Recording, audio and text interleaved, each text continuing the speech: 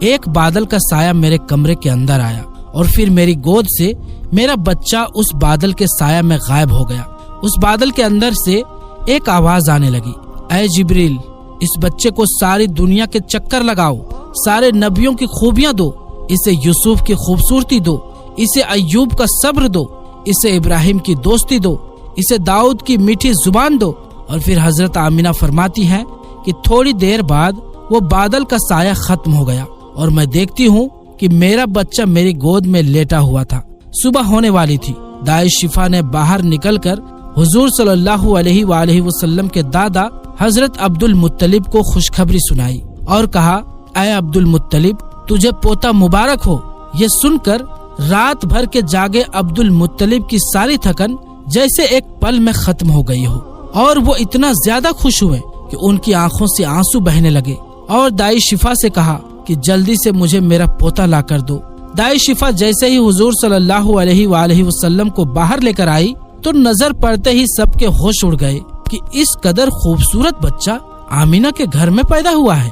سارے چاچا بھی اپنے بھتیجے کو دیکھ کر بہت زیادہ خوش ہوئے، یہاں تک کہ جب ابو لہب کی باندی سویبہ نے ابو لہب کو جا کر خوشخبری سنائی کہ اے ابو لہب، تجھے بھتیجا مبارک ہو، تو یہ سن کر ابو لہب اتنا زیادہ خوش ہوا کہ اس نے اپنی باندی سویبہ سے کہا کہ جا، میں نے تجھے بھتیجے کی خوشی میں آزاد کر دیا۔ حضرت عبد المطلب بہت بوڑھے ہو چکے تھے، لیکن پھر بھی مارے خوشی کے اپنے پوتے کو گود میں لیے کعبہ کی طرف دوڑتے جا رہے تھے۔ سارے مکہ والے بھی خوشی سے نعرہ لگاتے ہوئے حضرت عبد المطلب کے پیچھے چل رہے تھے۔ کعبے کے پاس پہنچ کر عبد المطلب نے اللہ سے دعا مانگی کہ اے اللہ، میرے پوتے کو سلامت رکھنا اور اسے زندگی میں بہت بڑا انسان بنانا۔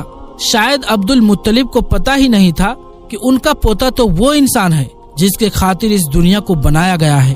ان کا پوتا اتنا بڑا انسان ہے کہ اللہ نے معراج کے موقع پر اسے زمین سے اٹھا کر 7ویں آسمان پر اپنے سامنے بٹھایا اور اس سے باتیں کی۔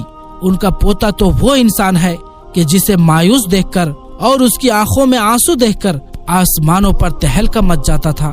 حضرت عبد المطلب نے کعبے کا غلاف پکڑ کر اپنے پوتے کے لیے دعائیں مانگی اور پھر انہوں نے اپنے پوتے کا نام محمد رکھا۔ محمد کا مطلب ہوتا ہے کہ جس انسان کی بہت زیادہ تعریف کی جائے۔ یہ نام سن کر مکہ والے کہنے لگے کہ اے عبد المطلب، یہ کیسا عجیب سا نام تم نے اپنے پوتے کا رکھ دیا ہے، ہم نے تو آج تک ایسا نام نہیں سنا۔ تو حضرت عبد المطلب نے جواب دیا کہ اے مکہ والوں، تمہیں کیا پتا کہ میرے اس بچے کی ایک دن کیسی شان ہوگی، لوگ اس کے پیچھے چلیں گے، ایک